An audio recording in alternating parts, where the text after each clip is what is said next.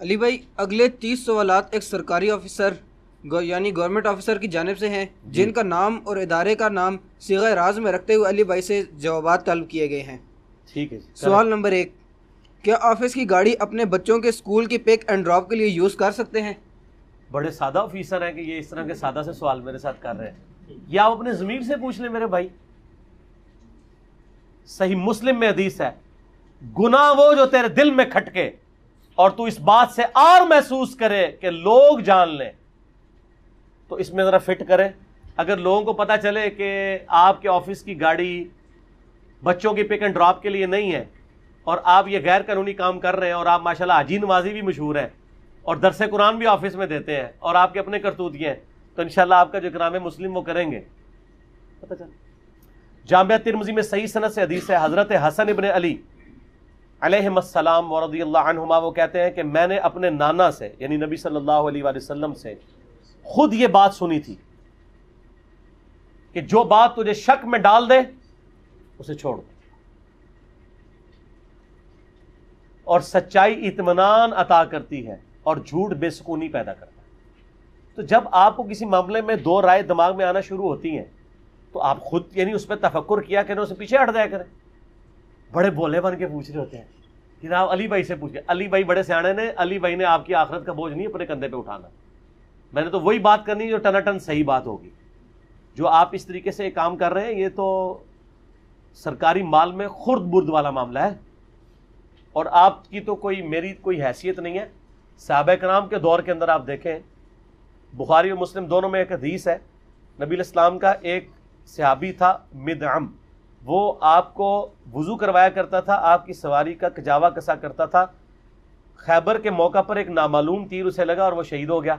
صحابہ نے کہا یہ تو سیدھا جنتی ہے، حضور کا خدمت گار ہے، اور آپ علیہ السلام نے فرمایا تم اسے جنت کی بشارت دے رہے ہو، اور مجھے اللہ نے دکھایا کہ یہ جہنمی ہے، مال غنیمت کی ایک چادر اس نے چوری کی تھی جو آگ کی بنا کے اس کے اوپر ڈال دی گئی ہے۔ صحابہ فوراً اپنے گھروں میں دوڑے، اور بخاری مسلم کے الفاظ ہیں اگر کسی کے پاس ایک چھوٹی سی رسی بھی تھی نا، جو اس نے کہا یہ ویسے ہی میں اس کی کون سی کیا حیثیت ہے، اور وہ گھر اٹھا کے لے گیا تھا، وہ بھی آ کے مال غنیمت میں جمع کروا دی۔ صحابہ کرام کا یہ مرتبہ اسی لیے ہے، سمعنا و اطعنا، سنا اور مان لیا۔ اور یہاں پہ لوگ یعنی پوری پراپرٹیز ہڑپ کر جاتے ہیں، سرکاری بجٹ میں سے کھا پی جاتے ہیں اور کہتے ہیں کچھ بھی نہیں ہے۔ بخاری اور مسلم دونوں میں حدیث ہے، نبی علیہ السلام نے فرمایا حکمران جو بنایا گیا اس سے اس کی رعیت کے بارے میں پوچھا جائے گا، اور اگر اس نے خیانت کی اس پہ جنت حرام ہے۔ اتنے سخت الفاظ کسی کے لیے نہیں ہے، حکمران پہ جنت حرام ہو جائے گی، کسٹوڈین بنایا گیا۔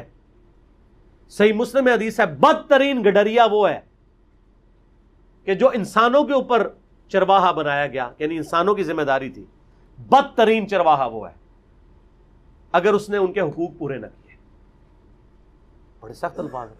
بخاری مسلم میں الفاظ ہیں تم میں ہر شخص مسئول ہے اور اس سے اس کی رعیت کے بارے میں پوچھا جائے گا، بیوی بچوں کے بارے میں خاوند سے پوچھا جائے گا، ماں سے پوچھا جائے گا اس نے بچوں کی تربیت اور خاوند کے مال کے ساتھ کیا معاملہ کیا، اور حکمران سے پوچھا جائے گا اس نے رعیت کے بارے میں کیا کیا۔ ایک ایک رشتہ آپ علیہ السلام نے گنوایا، اور بخاری مسلم کے الفاظ ہیں نبی علیہ السلام نے فرمایا یہ نہ ہو قیامت والے دن کوئی شخص میرے پاس آئے تم میں سے اور کہ یا رسول اللہ میری مدد کیجئے، اور اس کے کندھے پہ اونٹ چڑھا ہوا ہو اور وہ کہہ رہا ہو اغثنی یا رسول اللہ۔ ہمارے تو بیج بنے ہوئے اغثنی یا رسول اللہ کے، اغثنی یا رسول اللہ جس حدیث میں آیا وہ حدیث ہی پڑھ کے سنا دیں، یا رسول اللہ میری مدد کیجئے، میں تمہاری کوئی مدد نہیں کر پاؤں گا، میں نے دنیا میں ہی تمہیں بتا لیا جس نے خیانت کی ہے اللہ کے حضور جواب دے ہوگا۔ ایسا نہ ہو کسی کے کندھے پہ گائے چڑھی ہو اور وہ کہ اللہ کے رسول میری مدد کریں، یعنی یہ وہ گائے اور وہ اونٹ اور اس بھیڑ کا ذکر کیا جس کی زکوٰۃ نہیں ادا کی جاتی، میں تمہارے کوئی کام نہیں آؤں گا، میں نے جو بتانا تھا دنیا میں تمہیں بتا دیا۔ پھر بخاری مسلم کی حدیث کہ میری بیٹی فاطمہ بھی چوری کرے گی تو اس کے بھی ہاتھ کٹیں گے، اور بخاری مسلم کی وہ حدیث کہ اے میری بیٹی فاطمہ میرے مال سے جو کچھ لینا ہے مجھ سے لے لے، اگر اللہ نے تجھے پکڑ لیا میں تیرے کچھ کام نہیں آؤں گا۔ تو سر جن پہ تکیہ ہے اللہ کے محبوب صلی اللہ علیہ وآلہ وسلم، انہوں نے تو وما علینا الا البلاغ کر دیا۔ اب ہم خام خواہ ایک امیدیں لگائے بیٹھے ہوئے ہوں کہ ہمارے برے کرتوتوں پہ کوئی چھٹکارے والا معاملہ ہو جائے گا، تو کوئی بھی بندہ بھی آفس کی پک اینڈ ڈراپ کے لیے چیزیں یوز نہیں کر سکتا. اور یہ کسی ایک خاص ادارے کا مسئلہ نہیں ہے, یہ یعنی آپ کہیں کہ اللہ معافی دے, یہ آلموسٹ ہمارے تمام سرکاری اداروں کا یہ مسئلہ ہے. یہ ہم ویڈیو میں جو کچھ ڈسکشن کر رہا ہوں, میں کسی ادارے کا نام اسپیسیفکلی اس لیے نہیں لے رہا ہوں, کوئی شخص یہ نہ کہ ہمیں ٹارگٹ کیا ہوا ہے. میں چونکہ خود بھی ایک سرکاری ادارے سے تعلق رکھتا ہوں, میرے آفس کے کلیگ جب یہ ویڈیو دیکھیں گے وہ کہیں گے سانو پہ کہندا ہے, تو بعد آ جاؤ نا, سانو پہ کہندا ہے, جس سے فٹ اسے گفٹ. ہم آپ کی آخرت کے ساتھ ہمدردی کر رہے ہیں, ٹھیک ہے. تو یہ اس طریقے سے پک اینڈ ڈراپ آپ یوز نہیں کر سکتے, ٹھیک ہو گیا. سوال نمبر 2, آفس کی گاڑی میں اجازت کے بغیر آفس آنا کیسا ہے؟ غلط ہے سادے ہو. ہاں اگر آفس کی پک اینڈ ڈراپ آپ کو آفس والوں نے دی ہوئی ہے وہ ایک معاملہ الگ ہے, وہ آپ ضرور آئیں. لیکن یہ عموماً آفس میں یہ ہوتا ہے کہ آفس میں کچھ گاڑیاں ہوتی ہیں جو فنکشنل وہیکلز ہوتی ہیں, ان پہ آپ پک اینڈ ڈراپس نہیں لے سکتے. پک اینڈ ڈراپ یا آپ کی اپنی ہوتی ہے یا پک اینڈ ڈراپ ہوتی ہے آفس کی گاڑی میں, لیکن وہ تو ہوتی ہے ہائیسٹ, اس میں تو 15-20 بندے بیٹھ کے آتے ہیں. یہاں پہ ان کا ہوتا ہے شانہ مزاج, یہ کہتے ہیں جی یار یہ گاڑی ویسے ہی آفس کی طرف جا ہی رہی ہے فنکشنل, تو میں اس کو اپنے گھر منگوا کے اکیلا گاڑی میں بیٹھ کے جاؤں. اس کا فائدہ یہ ہوگا کہ آفس ٹائم 9 بجے ہے تو میں 8:45 پہ نکلوں گا. اگر وہ شفٹ کی گاڑی میں جاتا ہے تو وہ 8 بجے اس کو نکلنا پڑتا ہے, پونا گھنٹہ باقی سواریاں وہ اٹھاتی ہے. سر ہمیں تو سب کچھ پتہ ہے نا, تو ہم تو اندر کے بندے ہیں, تو اس وجہ سے وہ فنکشنل گاڑیاں پھر یوز کرتے ہیں. جب تک الاؤ نہیں آپ نہیں یوز کر سکتے. آپ پک اینڈ ڈراپ کے لیے جو گاڑی ملی ہے وہی یوز کریں گے, اور اگر نہیں ملی ہے تو اپنی کنوینس پہ جائیں گے, ٹھیک ہو. سوال نمبر 3, آفس کی گاڑی کو اپنے لیے اور اپنی فیملی کے لیے یوز کر سکتے ہیں؟ نہیں کر سکتے. یہ وہی سوال ہے, کبھی ادھر سے پکڑ کے کوئی کر رہا ہے, کوئی یوں کر رہا ہے, وہی کر رہا ہے. آپ صرف وہی یوز کر سکتے ہیں. جس طرح پاکستان میں یہ کہ گریڈ 20 کا جو آفیسر ہے اس کو گورنمنٹ ایک گاڑی پرووائڈ کرتی ہے اور ایک لمیٹڈ فیول ہوتا ہے اس کے اندر, وہ اپنے گھر بھی اس کو کھڑا کر سکتا ہے, اپنے بھی بچوں کے استعمال کے لیے بھی وہ لے کے آ سکتا ہے, اور اپنے ذاتی کاموں کے لیے بھی وہ یوز کر سکتا ہے. وہ اس کو انٹائٹلڈ گاڑی ہوتی ہے, آفس کے کاموں کے لیے نہیں, اپنے گھر کے کاموں کے لیے بھی. اور ایک ڈرائیور بھی ملتا ہے, اس کا فیول بھی ملتا ہے, اس کی جو ہے وہ آپ کو تیل پانی سارا کچھ وہ گورنمنٹ دیتی ہے. اس کے علاوہ کی آپ گاڑی یوز نہیں کر سکتے, ٹھیک ہو. سوال نمبر 4, آفس کی چیزیں مثلاً بال پوائنٹ, کمپیوٹر وغیرہ کو ذاتی استعمال میں لانا کیسا ہے؟ غلط ہے, بالکل غلط ہے. ہاں ایک صورت میں ہو سکتا ہے کہ آپ کے پاس وقتی طور پہ کوئی بال پوائنٹ نہیں تھا تو آپ نے آفس کا بال پوائنٹ لے لیا, ایک لا کے رکھتے, کاغذ یوز کرنا پڑ گیا. یعنی میں آپ کو پرسنلی بتاتا ہوں, میں یعنی کبھی بعض اوقات مجھے آفس کے کمپیوٹر سے کوئی پرنٹ لینا پڑ جاتا تھا, تو میں یعنی پرنٹ لیتا تھا, تو میں پرنٹ تو میں نے 3 یا 4 صفحوں کا لیا, میں پورا ریم لا کے آفس میں رکھ دیتا تھا فری اپنی جیب سے, تاکہ اس کی سیاہی کی کمپنسیشن بھی ہو جائے اور جو کاغذ ہے وہ بھی چلا جائے. بلکہ کئی بار ایسا ہوا ہے کہ مجھے ٹرین پہ سفر کرنے کے دوران میں اینڈ ٹائم پہ پہنچا ہوں, میں ٹکٹ نہیں خرید سکا, اور بائی چانس ٹرین کے اندر وہ ٹکٹ بنانے والا بھی نہیں آیا, وہ جو چیک کرنے والا ہوتا ہے, تو میں پھر اسٹیشن پہ اتر کے اتنی مالیت کا ایک ٹکٹ خرید کے پھاڑ دیتا تھا تاکہ گورنمنٹ کے کھاتے میں میرا اتنا مال چلا جائے. تو طریقے تو بہت ہیں سر, آپ حلال کمانا سیکھیں اور حلال اپنے اوپر لگانا سیکھیں. آپ کے پاس بڑے آپشن موجود ہیں. اگر آپ آفس کی اس طرح کی کوئی چیز یوز کرتے ہیں تو اس کے ایکویلنٹ اتنی چیز یا اس سے زیادہ آپ رکھ دیں, وقتی طور پہ آپ یوز کر لیں, اس میں کوئی اتنا مسئلہ نہیں ہے, بعد میں آپ اس کی کمپنسیشن کرتے ہیں, اس میں کوئی حرج نہیں ہے. سوال نمبر 5, سرکاری بجٹ سے آفس کے نام پر اپنے ذاتی استعمال کے لیے چیزیں پرچیز کرنا کیسا ہے؟ حرام ہے, ٹھیک ہے. ہاں اگر آپ آفس کے بجٹ سے آفس کے لیے چیزیں لے رہے ہیں وہ تو بالکل ٹھیک ہے, اپنے ذاتی استعمال کے لیے کیوں لے رہے ہیں آپ آفس کے کام کے لیے لے سکتے ہیں, وہ آپ ضرور لیں. اور پھر دیکھیں اس طرح کی جب آپ چیزیں لے کے گھروں میں جاتے ہیں اور آپ اپنے بچوں کو پھر اس طرح کی چیزوں سے یہ سارے معاملات لے کے چل رہے ہوں گے تو پھر اس کا آپ پھر انجام بھی دیکھ لیں گے نا, پھر اولاد بھی نافرمان نکلے گی اور پھر اولاد کے ساتھ باقی معاملات اللہ تعالیٰ دنیا میں at the end of the day پھر آپ کو سزا اس کی دے گا. یہ میں آپ کو بتا دوں, میرے آفس کے کلیگ ہیں, مجھے بتانے لگے کہ ان کے محلے میں ایک بزرگ تھے, وہ کہنے لگے میں نے پوری زندگی اپنی اولاد کو حلال کھلایا ہے اور میرے ساتھ کے لوگ کھلا حرام کماتے تھے, اپنے بچوں پہ لگاتے تھے, ان کا کوئی بچہ بھی کامیاب نہیں ہو سکا. میرے سارے بچے پڑھ لکھے ہیں اور حالت یہ ہے کمپنیوں والے میرے بچوں کے پیچھے پھرتے ہیں نوکریوں کے لیے، اور وہ لوگ اپنے بچوں کی نوکریوں کے لیے لوگوں کے پاس پھرتے ہیں. کتنا فرق ہے. حلال کا اثر دنیا میں نظر آتا ہے، یہ ذہن میں رکھیے گا. At the end of the day اللہ تعالیٰ نے سب کو برابر کرنا ہے. آپ وقتی مفاد تو حاصل کر سکتے ہیں لیکن ان دا لانگ ٹرم، اور اگر دنیا میں پھر بھی اگر بدلہ نہ ملا تو آخرت کا عذاب تو تیار ہے نا سر. وہاں تو آپ نے سن لیا ہے کہ نبی علیہ السلام کا ساتھی تھا، بخاری مسلم میں جو حدیث میں نے بیان کی، اس نے ایک چادر چوری کی تھی سرکاری مال میں سے، اس کو آگ کی پناہ دی گئی. آپ کی اور میری تو اوقات ہی کوئی نہیں ہے. ٹھیک ہو گیا. سوال نمبر 6، آفس کے لیے پروجیکٹس میں سے فنڈ لینا کیسا ہے؟ آفس کے لیے فنڈز میں سے پروجیکٹس میں سے فنڈ لینا. ہاں پروجیکٹس میں سے، یہ میں سمجھ گئی، آپ کو نہیں سمجھ آئے گی. وہ ہوتا ہے اس طرح کہ ایک پروجیکٹ سپوز لانچ ہوا ہے گورنمنٹ سے، انہوں نے وہ PC1 ایک فارم ہے سرکاری فارم. جب بھی کوئی گورنمنٹ کا کوئی پروجیکٹ لانچ ہوتا ہے اس کے لیے PC1 فارم ہے، بڑا کمپلیکس سا فارم ہے، وہ بھرنا پڑتا ہے. PC1 اپروو ہوتا ہے تو گورنمنٹ آپ کو بجٹ دیتی ہے کہ ہاں آپ یہ کام کر سکتے ہیں. ایون میٹرو بنی ہے، اس کا بھی ایک PC1 ہوگا. ہر ادارے کے چھوٹے سے چھوٹے پروجیکٹ کے لیے PC1 فارم بھرنا پڑتا ہے. اب ایک پروجیکٹ کے لیے سپوز 1 کروڑ روپے گورنمنٹ نے الاٹ کیا، وہ پہلے اس کی رقم انہوں نے 1 کروڑ لکھ دیا، حالانکہ اس کی رقم تھی 70 لاکھ، 30 لاکھ فالتو لکھ دیے، اور دماغ میں یہ نیت تھی کہ جب یہ بجٹ ملے گا یہ میں 30 لاکھ دفتر کے کسی اور کام میں لگا دوں گا. اس کو ہم مطلقاً تو حرام نہیں کہیں گے اس حوالے سے کہ گورنمنٹ کا پیسہ گورنمنٹ کے اوپر ہی لگ رہا ہے، لیکن یہ اپریشیٹیبل چیز نہیں ہوگی، چونکہ آپ وہ 30 لاکھ جو فالتو لے رہے ہیں ہو سکتا ہے اس سے کوئی امپورٹنٹ پروجیکٹ تھا جو آپ کی وجہ سے مس ہو رہا ہے اور گورنمنٹ نے آپ کو وہ دیا ہے اور اس کی وجہ سے کسی اور کے پیسے کٹ کر دیے. اس لیے اس طرح کی چیزوں میں اوائڈ ہی کرنا چاہیے، کیونکہ اوپر پرائم منسٹر جو بیٹھا ہوا ہے یا آپ کا فائنانس منسٹر ہے، اس نے تو پورے ملک کی اکانومی دیکھنی ہوتی ہے. اور یہاں پہ آفس میں تو اللہ معافی دے ایسا بھی ہوتا ہے کہ ایک چیز 50 روپے کی ہوتی ہے، اس کے لیے انہوں نے 50,000 کا PC1 فارم بھرا ہوا ہوتا ہے. یعنی یہ ہماری آبزرویشن میں چیز ہے. ہمیں تو ہر طرح کے لوگ آگے ملتے ہیں نا. ایک چیز 10 روپے کی ہے اور اس کو پرچیز کرنے کے لیے 100 روپے خرچ کر دیتے ہیں، دوسرے منہ سے جا کے پرچیز کرتے ہیں، اپنا TAD بناتے رہتے ہیں.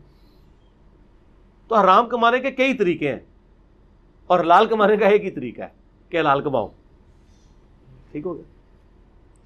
سوال نمبر 7، ملازمین کی ویلفیئر کے لیے سرکاری بجٹ میں سے فنڈ حاصل کرنا کیسا ہے؟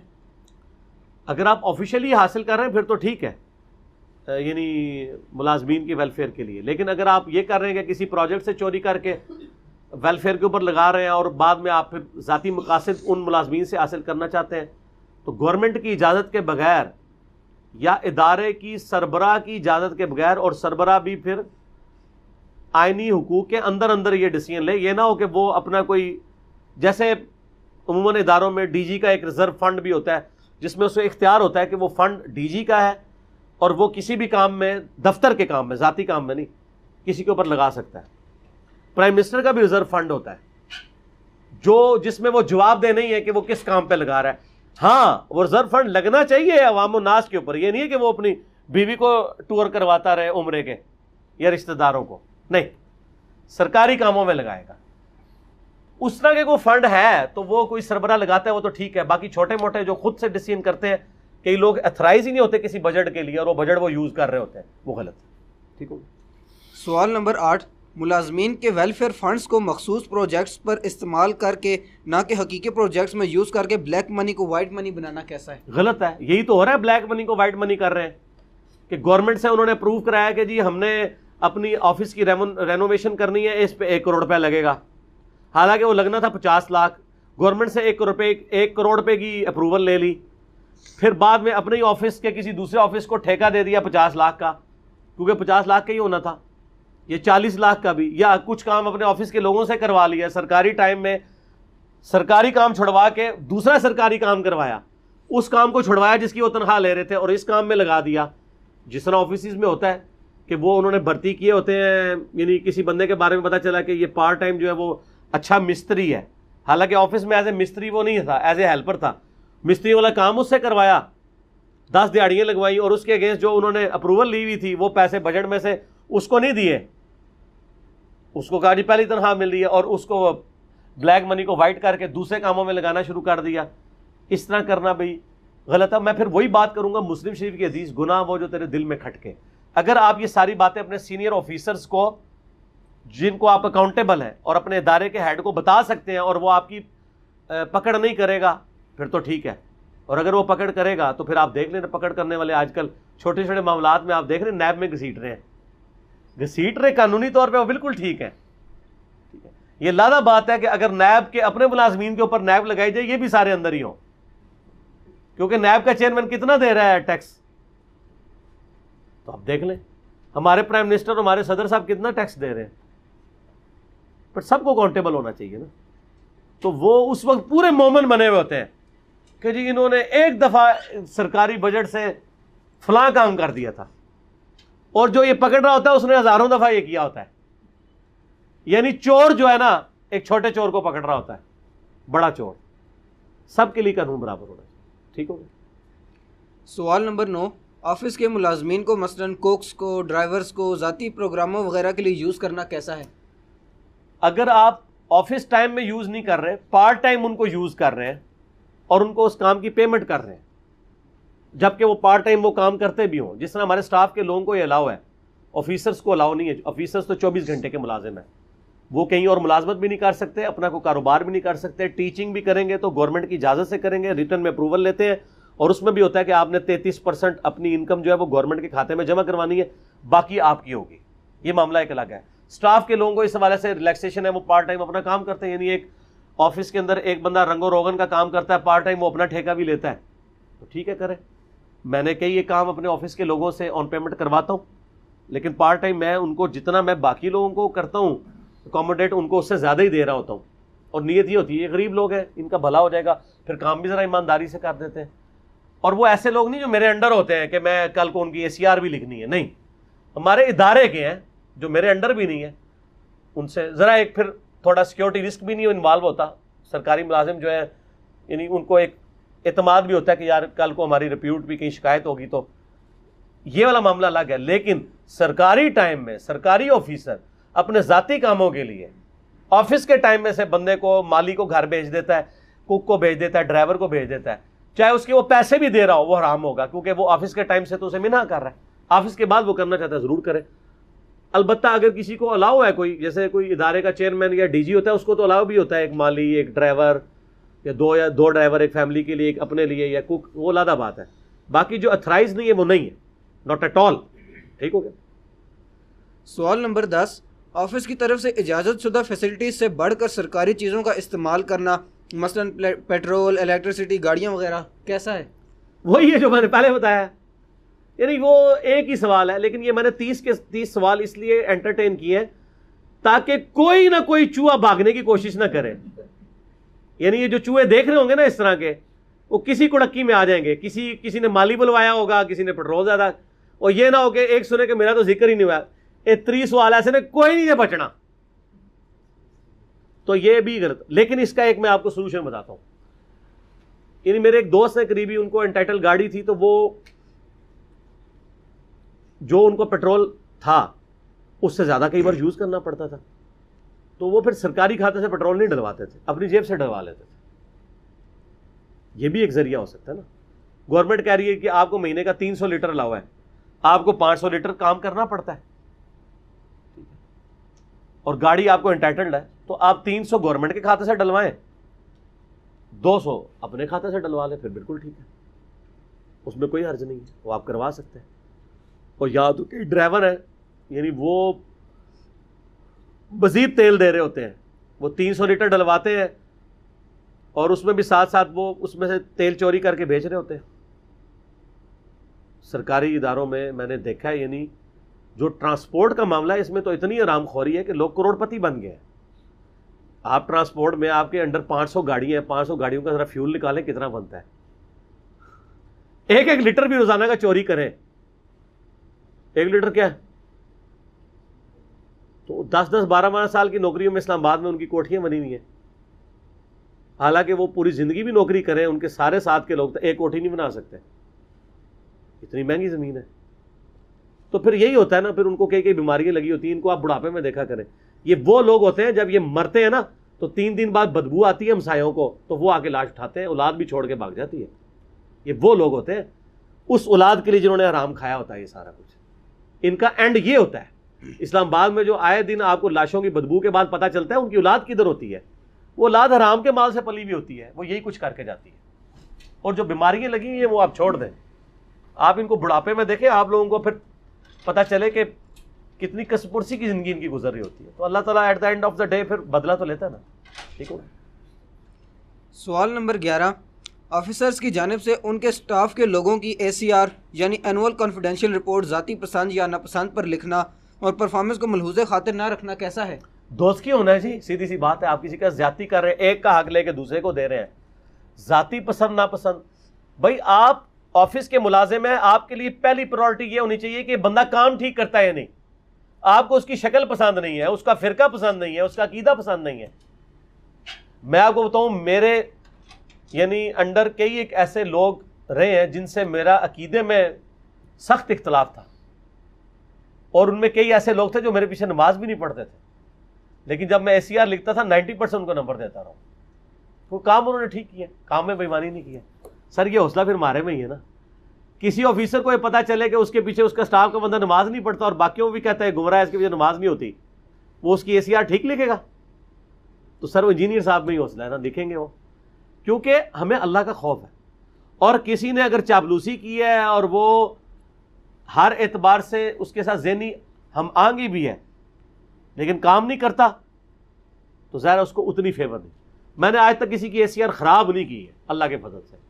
ہاں یہ ہو سکتا ہے کہ میں نے ایک کو 85% دیے، دوسرے کو 90 دیے، اور وہ فرق کام کی بنیاد پہ رکھا ہے، اور وہ تو اس کا حق ہے. تو اس طرح جو کریں گے وہ انشاءاللہ مارے جائیں گے قیامت والے دن، اگر ACR ذاتی پسند ناپسند کے اوپر لکھتے ہوں. ٹھیک ہے. سوال نمبر 12، سٹاف کے لوگوں کو ACR کی دھمکی لگا کر اپنی مرضی کے کام کروانا کیسا ہے؟ یہ بھی دوزخ میں جانے کے ایک شیطانی اسباب میں سے ایک سبب ہے. سیدھی سی بات ہے. ACR کی دھمکی کس چیز کی؟ یعنی ACR تو آپ لکھ رہے ہیں اس کے سرکاری کاموں کے لیے، ذاتی کاموں کے لیے تو نہیں ہے کہ تم میرا جناب وہ فلاں چیز مجھے کھانا گرم کر کے لا دو، جا کے روٹی میرے لیے خرید کے لے آؤ. یہ کام تو آپ اس کو کہہ سکتے ہیں جس کی ڈیوٹی ہے.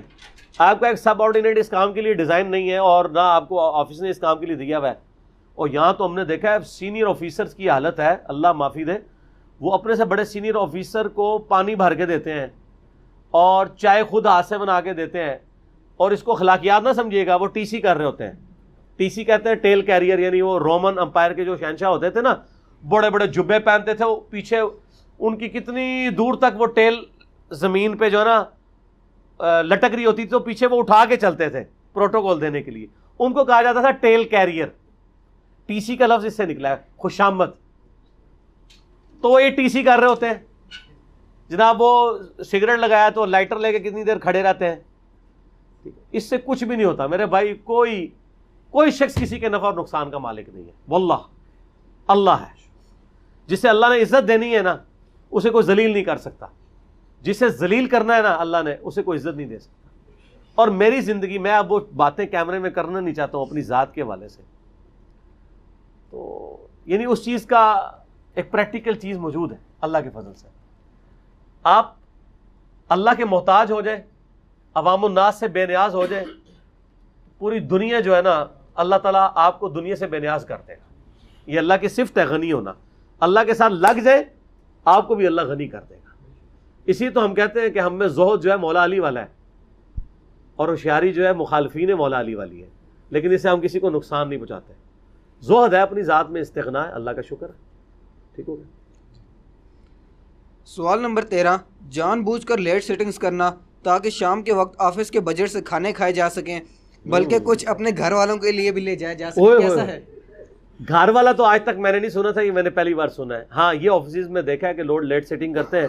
اور لیٹ سیٹنگ کیا ہو رہی ہوتی ہے؟ 5 بجے چھٹی ہے، 5:30 تک لیٹ سیٹنگ ہوتی ہے. اس کے بعد لیٹ سیٹنگ کی گاڑی نکالتے ہیں اور پورے شہر میں گھوم کے اپنے ذاتی کام کرتے ہیں، اور اس میں کسی ہوٹل سے کھانا بھی ڈالتے ہیں اور وہ بھی اس کھاتے میں ڈالتے ہیں. تو یہ اگلا سٹیپ ہے کہ وہ پھر بنا کے لے بھی جاتے ہوں گے. حرام کھلا رہے ہیں. انشاءاللہ دنیا میں اس کا آپ کو انجام مل جائے گا، اور آخرت کا عذاب تو بھی باقی ہے. بالکل ٹوٹلی حرام ہے. لیٹ سیٹنگ واقعی اس وقت کریں جب ضرورت ہو. اور لیٹ سیٹنگ کا تو مطلب ہے، اور جس بندے نے 8 گھنٹے کام نہیں کیا، لیٹ سیٹنگ میں اس نے کیا کرنا ہے؟ 8 گھنٹے تھوڑے ہوتے ہیں کام کرنے کے لیے، صبح 9 سے 5. سر اتنا ٹائم ہے، ختم ہی نہیں ہوتا. 1 گھنٹہ چلے آپ کھانے پینے نماز کا نکال لیں. اور یہ بعض لوگوں کی عادت ہے کہ وہ آفس آ کے نا صبح سے لے کے نا زور تک تو پالیٹکس ڈسکس کرتے ہیں، آفس پالیٹکس اور نیشنل لیول کی پالیٹکس. زور کے بعد آہستہ آہستہ وہ ڈاک دیکھنا شروع کرتے ہیں، کام شام کرتے ہیں، اور وہ 5 بج جاتے ہیں. وہ کہتے ہیں میرا تو کام پڑا ہے، میں لیٹ سیٹنگ کروں گا. اور وہ ظالم ایک بندہ بیٹھا ہوا، اس کی وجہ سے اے سی آن ہوتا ہے، لائٹیں آن ہوتی ہیں. کئی بار سب آرڈینیٹس کو روک لیتے ہیں، ان کے بھی ٹی اے ڈی اے کے ان کے بھی یعنی وہ لیٹ سیٹنگ کے پیسے بن رہے ہوتے ہیں. آفیسر کو تو نہیں ملتا، لیکن آفیسر یہ بینیفٹ لے رہا ہوتا ہے کہ گاڑی اور مال لیٹ سیٹنگ کا اسٹاف کے لوگوں کو وہ مل جاتا ہے. تو حرام ہے. اذان مغرب شروع ہوگی ہے، باقی انشاءاللہ اذان مغرب کے وقفے کے بعد انشاءاللہ تعالی. بسم اللہ والحمد للہ والصلاة والسلام علی رسول اللہ وعلی آلہ وصحبہ اجمعین الی یوم الدین. الحمدللہ علمی و تحقیقی مجلس نمبر 79 میں آج یکم محرم 1441 ہجری کے دن 1 ستمبر 2019 کو ہم سوالات کا سلسلہ وہیں سے شروع کرتے ہیں جہاں اذان مغرب سے پہلے ختم ہوا تھا. جی جناب. سوال نمبر 14 ہے، سرکاری فائلز کو ذاتی مفادات کی خاطر ڈیلے کرنا کیسا ہے؟ غلط ہے، یہ واقعی لوگ کر رہے ہوتے ہیں. بعض اوقات کوئی پروجیکٹس ایسے ہوتے ہیں جس میں ان کا اپنا ذاتی نقصان ہو رہا ہوتا ہے، یا کسی کے ساتھ ٹسل ہے اور اس کے علاقے کی سڑک نہیں بننے دینی، وہ کہتے ہیں فائلوں کو ڈیلے کر کے رکھو. یا ان کی پولیٹیکل ایفیلیشن کسی اور جماعت کے ساتھ ہے اور وہاں پہ کسی دوسری جماعت کے ووٹرز موجود ہیں، تو وہ کہیں گے اس کی سڑک لیٹ کرا دو، اس کا نالا لیٹ کروا دو، اس کا پل لیٹ کروا دو. تو حرام ہے، یہ خیانت کر رہے ہیں، یہ سرکاری مال میں خیانت کر رہے ہیں، اور جس چیز کی یہ تنخواہ لے رہے تھے اس میں خیانت کر رہے ہیں. یعنی بیوروکریسی میں یہ عموماً ہو رہا ہوتا ہے. اور جب سے ماشاءاللہ یہ ہماری یہ والی حکومت آئی ہے، بیوروکریٹس نے ویسے ہی کام کرنا چھوڑ دیا ہے. وہ کہہ رہے ہیں پرانوں کو نیب پکڑ رہی ہے، ہم تو کسی پروجیکٹ کی اپروول ہی نہیں دیں گے ورنہ کل کو نیب ہمیں بھی پکڑے گی. تو حالانکہ اب گورنمنٹ کو اس پہ قانون بنا رہی ہے کہ یار اس طرح کے معاملات نہ ہو جس کی وجہ سے لوگ مطلب کام کرنا ہی چھوڑ دیں. اتنا کسی کو دباؤ گا، کہہ رہے میں کام کر دیں ہی نہیں. تو ایسا بھی نہیں ہونا چاہیے. ٹھیک ہو. سوال نمبر 15، صبح آفس میں لیٹ آنا اور شام کے وقت جلدی چلے جانا یعنی 8 گھنٹے پورے نہ گزارنا کیسا ہے؟ حرام ہے جی. اس کی وجہ یہ کہ آپ کو تنخواہ دی جا رہی ہے وقت کی. بعض لوگ یہ پلی لے رہے ہوتے ہیں کہ جی یار کام ہی کوئی نہیں تھا تو میں جلدی آ گیا ہوں. نہیں، کام ہے یا نہیں ہے. آپ کی تنخواہ ہے 9 سے 5 تک کی. آپ بغیر کام کے بھی وہاں پہ بیٹھے رہیں، بیٹھ جائیں، قرآن پاک بیٹھ کے پڑھیں، ٹائم دیں، اور جب آفس کا کام آئے تلاوت چھوڑ کے آپ جو ہے وہ کام شروع کر دیں. کتاب کوئی لے جائیں، وہ پڑھنا شروع کر دیں. اچھا، لوگ کہتے ہیں ٹائم ہی نہیں ملتا، حالانکہ آفس میں سارے فارغ بیٹھے ہوتے ہیں. اور یہ 80-20 رول ہے، اور یہ بالکل یونیورسل رول ہے کہ آفس کے اندر 20% لوگ 80% کام کر رہے ہوتے ہیں اور 80% لوگ جو ہیں وہ 20% کام کر رہے ہوتے ہیں. یہ حقیقت بات ہے. تو جو بیچارے کام کرنے والے ہیں وہ ذلیل ہی ہو رہے ہوتے ہیں. تو لیکن یہ ہے کہ اللہ کے حضور تو وہ ٹھیک ہے نا، ان کو دنیا میں بھی منفعت ملے گی اور آخرت کی منفعت تو پکی ہے. تو یہ یعنی جلدی صبح لیٹ آنا اور شام کو جلدی جانا غلط ہے. ایک اور ورژن بھی آج کل چلا ہوا ہے فلیکسیبل ٹائمنگ کا نا، گوروں میں تو ہے. اس میں یہ کہ آپ نے 8 گھنٹے پورے کرنے ہیں، چاہے آپ جتنے مرضی آفس آئیں. عموماً 24 گھنٹے چل رہا ہوتا ہے معاملہ. شفٹوں والوں کے لیے میں بات نہیں کر رہا. شفٹ والوں پہ اگر آپ کی شفٹ کی ڈیوٹی جو ہے وہ 8 سے 4 ہے اور اگلے شفٹ والوں نے 4 بجے آنا ہے، تو آپ کیوں آگے 10 سے 6 بجے تک ڈیوٹی کریں گے؟ کیوں لیٹ آ رہے ہیں؟ وہ 8 سے جو 10 والی ڈیوٹی ہے وہ کون پھر کرے گا؟ البتہ پرائیویٹ کمپنیز میں بعض اوقات فلیکسیبل ٹائمنگ ہوتی ہے کہ ٹھیک ہے آپ اگر صبح لیٹ آتے ہیں شام کو اتنے گھنٹے زیادہ لگا لیں اور اپنا آفس، اور کئی اس سے بھی زیادہ فلیکسیبل ٹائمنگ ہوتی ہے، وہ کہتے ہیں آپ گھر میں بیٹھ کے کام کریں، پروجیکٹ کے لیے ٹائم لے لیں، 1 مہینے بعد پروجیکٹ ڈلیور کرنا ہے، آپ آفس میں بیٹھ کے کام کریں، گھر میں کریں، جائیں آپ کسی ناردرن ایریا میں جا کے جہاں پہ نیٹ کے کنیکشن آ رہے ہیں ہوٹل میں بیٹھ کے کریں، ہمیں یہ پروجیکٹ آپ نے دینا ہے. تو ٹھیک ہے، اس میں تو کوئی نہیں، اگر وہ تو آپ کو آفس الاؤ کر رہا ہے نا، اس میں کوئی ایشو نہیں ہے. ٹھیک ہو گیا. سوال نمبر 16، جان بوجھ کر کسی سالڈ ریزن کے بغیر انٹرنیشنل ٹرپس کو پلان کرنا تاکہ T A D A travelling اور ڈیلی الاؤنس بنایا جا سکے کیسا ہے؟ حرام ہے. اور میرے بھائی یہاں تو لوگ اپنے میس کے برتن خریدنے کے لیے امریکہ کا 1 مہینے کا ٹور لگاتے ہیں، اور برتنوں کی قیمت اتنی ہوتی نہیں ہے جتنے کا وہ ٹی اے ڈی اے یعنی ٹریولنگ الاؤنس اور ڈیلی الاؤنس کلیم کرتے ہیں. اپنے آپ کو دھوکہ دے رہے ہیں. اور بعض اوقات اپنے ساتھیوں کو نوازنے کے لیے یہ بھی کرتے ہیں وہ آفیسز کے اندر کہ ایک بندے کی بھی ضرورت نہیں ہے، آپ فون پہ بھی وہ چیز منگوا سکتے ہیں اور آپ کو برانڈڈ چیز ملنی ہے. ٹور بناتے ہیں اور کہتے ہیں نہیں وہ چیک کرنے کے لیے جا رہے ہیں، اور وہاں یہ جو کچھ حرکتیں کر رہے ہوتے ہیں نا وہ آپ میری زبان ہی بند رہنے دیں. ٹھیک ہے، ان ملکوں کے اندر جو یہ غیر شرعی افعال کر رہے ہوتے ہیں جا کے.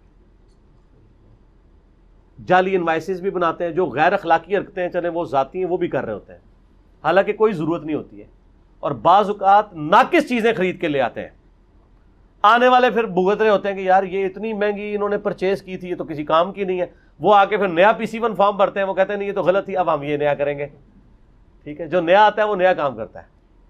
تو اس طریقے سے جو TADA بنایا وہ حرام ہے، اور اس طریقے سے، اور یہ وہی TADA ہیں جس کی وجہ سے یہ لوگ اکثر لوگ، چلیں آپ کو آج ایک ٹروتھ بتا دیتے ہیں، اکثر سے آپ ہی پوچھ رہے ہوتے ہیں کہ جی فلاں جو آفیسر ہے اس کی تنخواہ تو اتنی ہے، اس کے پاس اتنے پلاٹ کہاں سے آ گئے ہیں؟ وہ اس آفیسر سے جا کے پوچھے، وہ آپ کو کہے گا میرے حلال کے مال کے ہیں، اور وہ حلال کا مال اسی طریقے سے ہوگا۔ تنخواہ تو مہینے کی ہوگی 1.5 لاکھ، ہر تیسرے مہینے اپنی پوسٹ کی وجہ سے وہ 10-10 لاکھ کے ٹور لگا کے آئے گا، اس کی وجہ سے اس کو پیسے ملیں گے TADA، اس کے وہ پلاٹ خریدے گا، تو کہے گا دیکھیں میں نے آفیشیلی ٹور لگایا۔ اب یہ اللہ اور بندے کو پتا ہے نا کہ اس نے وہ ٹور بنتا تھا کہ نہیں، اسی لیے تو اللہ کا چیک ہے آپ کے اوپر۔ گناہ وہ جو تیرے دل میں کھٹکے اور تو اس بات سے آر محسوس کرے کہ لوگ مطلع ہوں۔ صحیح مسلم کی حدیث، اور ایک اور مسلم میں حدیث ہے، اللہ تعالیٰ تمہاری شکلوں اور مال کو نہیں دیکھتا، دلوں اور اعمال کو دیکھتا ہے۔ اللہ کو تو پتہ ہے نا کیا ڈنڈی ماری تھی، حتیٰ کہ اس کو سپورٹیو حدیث ہے، بخاری مسلم دونوں میں حدیث ہے، نبی علیہ السلام نے فرمایا کہ بعض اوقات تم اپنا مقدمہ میرے پاس لے کے آتے ہو، میں بھی ایک انسان ہوں، میں کسی کی چرب زبانی سے متاثر ہو کے اس کے حق میں فیصلہ کر دوں، اسے تو پتہ ہے کہ وہ ناحق ہے، میں نے ظاہری شواہد کی بنیاد کے اوپر فیصلہ کیا، تو اپنے گھر دوزخ کی آگ لے کے جا رہا ہوگا، اگرچہ میں نے بھی اس کے حق میں فیصلہ کر دیا۔ حالانکہ نبی کا فیصلہ تو مہر ہو جانی چاہیے، لیکن نہیں، اللہ نے ظاہر پہ فتویٰ نہیں لگانا، باطن پہ لگانا ہے۔ نبی علیہ السلام نے اور دنیا کے ججز نے ظاہر پہ فتویٰ لگانا ہے۔ آج اگر آپ جھوٹی گواہی دے کے کسی کو پھنسا دیتے ہیں، دنیا کی عدالت میں سزا ہو جائے گی، اللہ کی عدالت میں بھی ہوگی؟ نہیں، اللہ تو دیکھتا ہے باطن کو۔ دنیا میں ایون فرشتوں کو نہیں پتہ چلتا، فرشتے اتنی نیکیاں لکھ کے آ جائیں گے قیامت الدین۔ صحیح مسلم میں جو حدیث ہے، سخی کو، شہید کو، قاری کو بلایا جائے گا، اللہ تعالیٰ احسانات گنوائے گا، تو فرشتوں نے اسے سخی، قاری اور شہید لکھا ہوگا نا۔ اللہ فرمائے گا تو نے تو اس لیے شہید ہوا کہ لوگ تجھے بہادر کہیں، دنیا میں تیری بڑی تعریف ہوئی، میرے ہاں کوئی اجر نہیں، الٹا منہ دوزخ میں۔ سخی کو کہا جائے گا تو نے دنیا میں اپنا نام کمانے کے لیے کیا تھا، جا دوزخ میں، تجھے انعام مل چکا۔ اور قاری کو کہا جائے گا تجھے بڑا علامہ کہا جائے اس لیے تو کرتا رہا، جا دوزخ میں تو بھی۔ فرشتوں نے تو یہ ساری کوالٹیز لکھی ہوں گی، لیکن اللہ کے حضور ریاکاری کی وجہ سے زیرو سے ملٹیپلائی۔ اسی لیے مسند احمد میں صحیح حدیث ہے، جس نے دکھلاوے کے لیے نماز پڑھی اس نے شرک کیا، جس نے دکھلاوے کے لیے صدقہ کیا اس نے شرک کیا، اور جس نے دکھلاوے کے لیے روزہ رکھا اس نے شرک کیا۔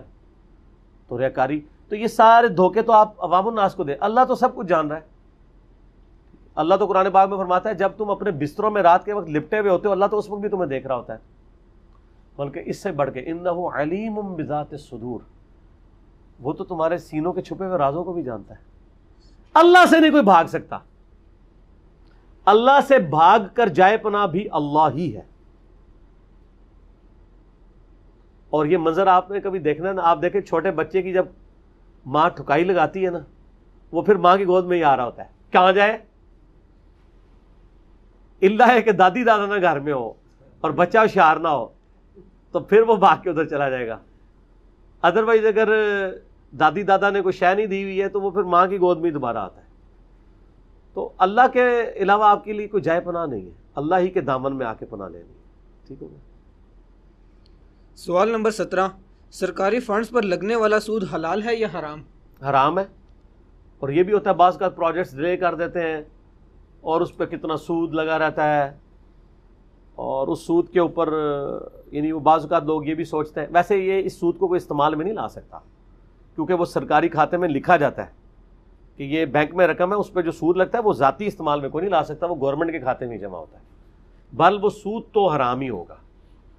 لیکن ظاہر ہے کہ اب ہمارا سارا سرکاری سسٹم اس کے اوپر چل رہا ہے، عموماً اختیار کوئی نہیں ہوتا، اور پھر وہ گورنمنٹ کے لوگ یہ بھی پلی لے رہے ہوتے ہیں کہ ڈالر کی قیمت اوپر نیچے ہوتی رہتی ہے، اگر سود بھی نہیں ہوگا تو ہماری کمپنسیشن کیسی ہوگی، اس طریقے سے کئی ہے، تو اس کے لیے پھر فارن اکاؤنٹ بھی ہوتے ہیں، ڈالر اکاؤنٹ بھی ہوتے ہیں، جو فارن پرچیز ہے اس کے لیے فارن اکاؤنٹ گورنمنٹ دیتی ہے، کیونکہ ورنہ تو یہ ہو گیا آپ نے $100 کی ایک چیز بک کی ہوئی ہے تو ڈالر جو ہے وہ 110 سے 160 پہ پہنچ جائے، پھر دوبارہ PC1 فارم بھرنا پڑے گا۔ تو جو فارن پرچیز ہے اس کے لیے فارن بجٹ ہوتا ہے، اس کے لیے فارن LC کھلتی ہے، تاکہ وہ پرچیز بعد میں کبھی ڈالر کی قیمت اوپر چلی جائے تو ان کو نقصان نہ ہو۔ اس پہ جو سود لگ رہا ہے وہ حرام ہی ہے. یہ نہیں ہے کہ سرکاری سود ہے تو حلال ہو گئے, حرام ہی ہے, سود ہی ہے. ہم اس سود کے اوپر پکڑ میں آئیں گے جو ہمارے اختیار میں ہوگا. میں نے اب جو کاٹن کا کپڑا پہنا ہوا ہے, جس عین ممکن ہے جس کمپنی سے یہ بن کے آیا ہے انہوں نے سود کی رقم سے ہی پرچیز کی ہو وہ مشین, تو مجھ سے نہیں پوچھا جائے گا کیونکہ میرا اختیار کوئی نہیں ہے نا. اگر آپ کو ویسے شوق ہے کہ پتے پہن کے آپ نے پھرنا ہے تو پھریں. لا یکلف اللہ نفسا الا وسعها, اللہ تعالیٰ کسی جان پہ اس کی یعنی استطاعت سے بڑھ کے بوجھ نہیں ڈالتا. جو آپ کے اختیار ہے اس سے آپ بچیں. لیکن اس کی پلی لینا کہ چونکہ سارے سود کھا رہے ہیں تو میں بھی کھا لوں, یہ اسی طریقے سے ہے کہ کوئی شخص یہ کہ وہ جی سود کا دھواں تو پہنچ رہا ہے, وہ جی ہم تو ویسے بھی راہ چلتے ہوئے بھی کئی جراثیم ہمارے اندر جا رہے ہوتے ہیں, تو اب یہ ایک امرود میں نے کاٹا اس میں کیڑے نکلے تو کیا ہے, کھا لیتا ہوں. وہ کھاتا ہے سود کیوں کھا لیتا ہے؟ وہ جی پورا نظام سود پہ چل رہا ہے. وہ پورے نظام کو چھوڑیں, آپ اپنے اکاؤنٹیبل ہیں, آپ جس سے بچ سکتے ہیں. جس طرح اب یہ جی پی فنڈ جو ہوتا ہے گورنمنٹ پروویڈنٹ فنڈ, میں نے تو اپنے آفس میں اپنا انٹرسٹ فری کرایا ہوا ہے.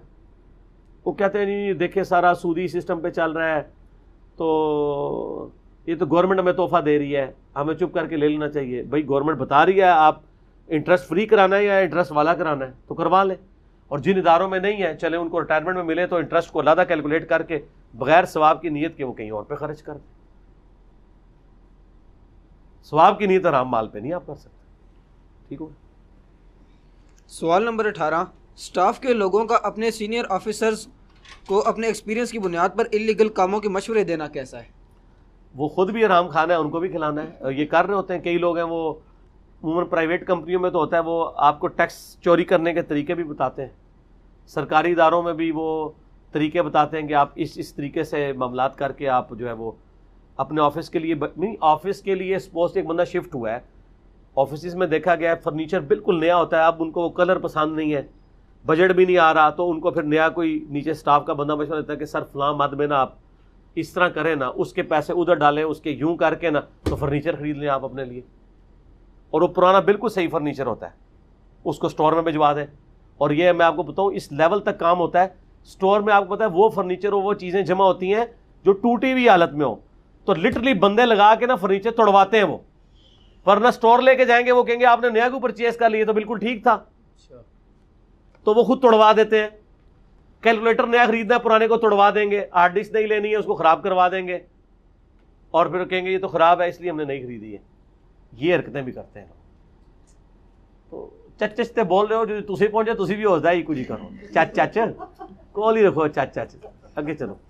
سوال نمبر 19, سفارش کی بنیاد پر کسی کو فیور دینا اپنے ناپسندیدہ لوگوں کو دور دراز کے مقامات پر ٹرانسفر کر دینا کیسا ہے؟ یہی کچھ ہو رہا ہے ہمارے ملک کے اندر, حرام ہے جی. یہاں پہ کوئی اپ رائٹ جج آ جائے اس کو ہٹا دیتے ہیں. آپ دیکھ رہے ہیں ہمارے ججوں کے ساتھ کیا ہو رہا ہے اس وقت, جو نیچے لگ جاتا ہے وہ لگ جاتا ہے. پچھلے دنوں بھی آپ نے دیکھا ہے پرائم منسٹر نے خود نوٹس لیا ہے عرفان صدیقی صاحب کے ساتھ جو کچھ ہوا ہے, پوری قوم نے دیکھا ہے کہ کس طریقے سے انصاف کا خون ہوا ہے. حتیٰ کہ پرائم منسٹر نے سنڈے والے دن جو ہے نا وہ بلا کے سارے معاملات ریزالو کیے ہیں. پرائم منسٹر کو بھی نہیں پتا تھا یہ کیا تماشا ہو رہا ہے. تو خیر میرا تو ایک خاص جگہ انٹریکشن ہوا تو میں نے باقاعدہ اس کے اوپر ڈسکس کیا مسئلے کو کہ یار وہ الو کا پٹھا بیٹھا ہوا تھا جج, اس نے نہیں دیکھا کہ یار اس بندے کا نام بھی لکھا ہوا ہے اسٹامپ پیپر کے اوپر کہ نہیں, اس کو شرم بھی نہیں آئی ہے. کس قانون کے تحت اس بندے نے ایک بندے کے بارے میں ڈسیزن کر دیا؟ وہ کہتا ہے جی سر بات یہ ہے کہ جب آپ کو پیچھے سے فون آ جائے کہ اس کا جسمانی ریمانڈ لینا ہے ادروائز آپ کی بلوچستان ٹرانسفر کر دی جائے گی, تو بڑے بڑے نیکو کار لوگوں کے جو ہے نا وہ وضو ٹوٹ جاتے ہیں. کس اسلام آباد کے رہائشی کا دل کرتا ہے کہ بلوچستان ٹرانسفر ہو جائے؟ تو مجبور ہو کے فیصلہ. میں نے کہا جی لعنت ہے ایسی نوکری کے اوپر کہ اگر آپ انصاف کا خون کرتے ہیں. یہ تو بہت بڑا آپ کے اوپر امتحان ہے, اور ججوں کے اوپر تو بہت بڑا امتحان ہے. سر جج جو ہے نا دنیا پہ اللہ کی کرسی پہ بیٹھے ہوئے ہیں, کیونکہ اللہ تعالیٰ نے اپنے بارے میں کہا ہے کہ میں انصاف ہوں, ترازو میں نے نازل کیا ہے. کہ عدل کا نظام اتنا بڑا نظام ہے. دنیا میں جو اللہ نے کرسی رکھی ہے نا, اپنا قائم مقام ججوں کو بٹھایا ہوا ہے. اسی لیے جو بخاری مسلم میں حدیث ہے کہ قیامت والے دن 7 لوگوں کو اللہ کا سایہ نصیب ہوگا اس کے عرش کا. ان میں پہلا شخص وہ ہے جو عادل حکمران ہوگا, جج. جج کا مرتبہ بہت ہے لیکن اس کی چمڑی بھی اتر جانی ہے. خیانت کرے گا تو چمڑی اترے گی. بخاری مسلم کے الفاظ ہیں, جو حکمران ہے وہ خائن اگر ہوا تو اس پہ جنت حرام ہے, حرام کے الفاظ ہیں. تو سر پھر اس طرح کی چیزوں پہ ڈٹ جانا چاہیے اور بالکل سامنے آ کے فرنٹ سے لیڈ کرنا چاہیے. ابھی پچھلے دنوں بھی آپ نے دیکھا ہے, وہ ایک ہمارے پولیٹیکل لیڈر تھے جس سے مجھے بہت اختلاف ہے, ان کی زبان سے مجھے بہت اختلاف ہے, لیکن چاہے آپ کو جس سے بھی اختلاف ہے, لیکن یہ اس کا شرعی حق ہے کہ آپ دلائل کی بنیاد پہ اس پہ فیصلہ کریں. ایک واٹس ایپ کال آتی ہے اور اس کے اوپر آپ جج کو تبدیل کر دیتے ہیں, لیکن اس میں اتنا خوف خدا ہے کہ وہ آ کے کورٹ روم میں کہتا ہے کہ یار میں اللہ کے لیے نوکری کر رہا تھا, میرے ساتھ یہ کیا ہے. تو اس نے کم از کم زبان سے اعلان حق بلند کر کے اللہ کے حضور اس نے اپنا پروٹیسٹ ریکارڈ کروا دیا. اگر یہاں پہ گونگا شیطان بنا رہتا اللہ کے حضور پکڑا جاتا, لیکن اس کی وجہ سے کم از کم اب نیکسٹ کئی سٹیپ تو رک جائیں گے. تو ٹروتھ لور بنے, مسلمان ٹروتھ لور ہوتا ہے, وہ یہ نہیں دیکھتا کہ وہ مخالف ہے یا اس کے حق میں ہے. قرآن میں جگہ جگہ آیا ہے کہ تمہیں اپنے رشتہ داروں کے خلاف بھی گواہی دینی پڑے, دو, لیکن ٹروتھ لور بنو. حتیٰ کہ آیا کہ کافروں کی دشمنی تمہیں اس بات پہ نہ ابھارے کہ تم ناانصافی ان کے ساتھ کر گزرو, انصاف کے اوپر قائم رہو. اور وہ جو بخاری مسلم کی حدیث ہے, اسامہ بن زید نے ایک جنگ کے دوران ایک بندے نے تلوار کے نیچے آ کے کلمہ پڑھ دیا, انہوں نے قتل کر دیا اس کو. پھر دل میں کلک آیا, خود ہی حضور کو جا کے اپنی شکایت لگا دی, یا رسول اللہ.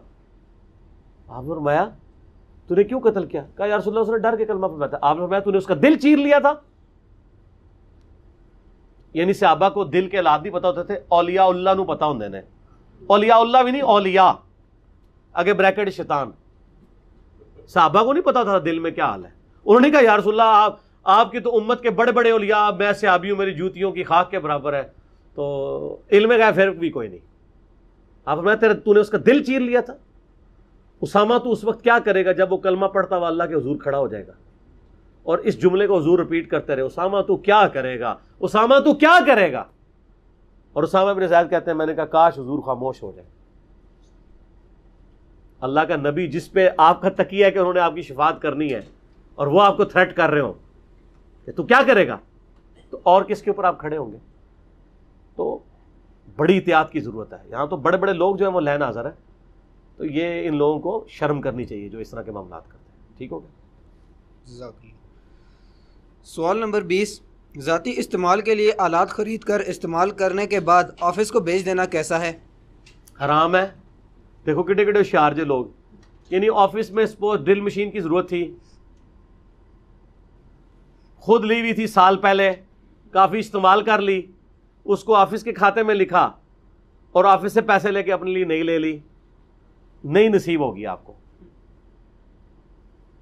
وہی ڈرل مشین نا آپ کا جوان بچہ جو ہے نا وہ آپ کے پیٹ میں کھبو کے کبھی چلا جائے گا. ایسا ہوتا ہے نا, میں نے آپ کو بتایا نا, یہ مرتے ہیں نا, ہم سائے بتاتے ہیں کہ 3 دن سے لاش جو ہے وہ پڑی ہوئی ہے, اور بو جب باہر نکلتی ہے نا ان کے مرنے کا پتہ چلتا ہے, جس اولاد کے لیے انہوں نے حرام کمایا ہوتا ہے.